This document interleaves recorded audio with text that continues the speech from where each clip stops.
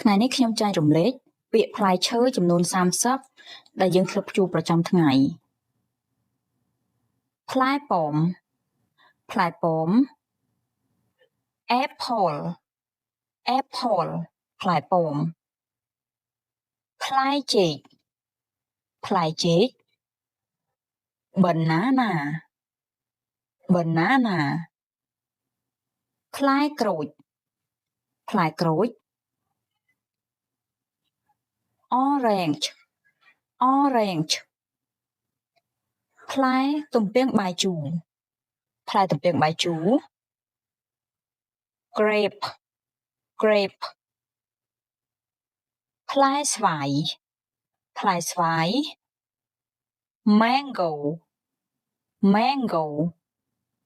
ផ្លែដូង coconut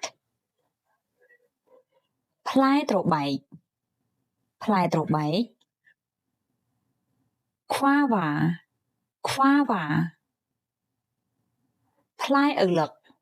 ផ្លែឪឡឹក watermelon ផ្លែគីវី kiwi ផ្លែល្ហុង papaya ផ្លែ strawberry ភាសាអង់គ្លេសអានថា strawberry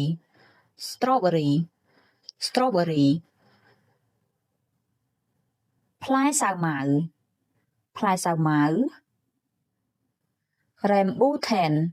rambutan ផ្លែគូលែន lychee ផ្លែទៀបបារាំង សាវអ៊ឺស៊ូ ផ្លែទុរេន durian ផ្លែខ្នុរ jackfruit ផ្លែម្នាស់ pineapple ផ្លែជម្ពូ rose apple ផ្លែ cherry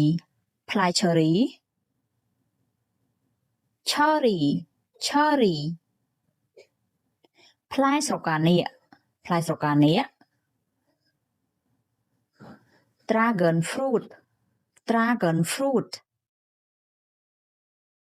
ផ្លែសារី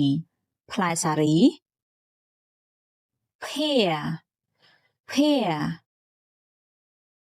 ផ្លែពុទ្រា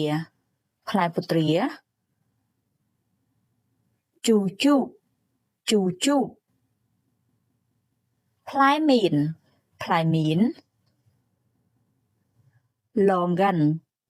longan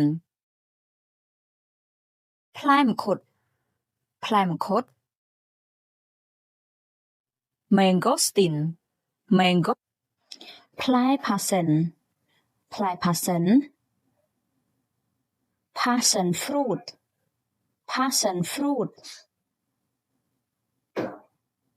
ផ្លែទំនើប persimmon ផ្លែទទឹម pomegranate ផ្លែស្ពឺ star fruit ផ្លែអំ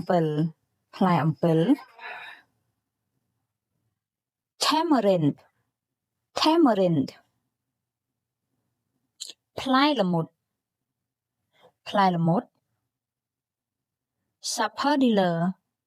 sapodilla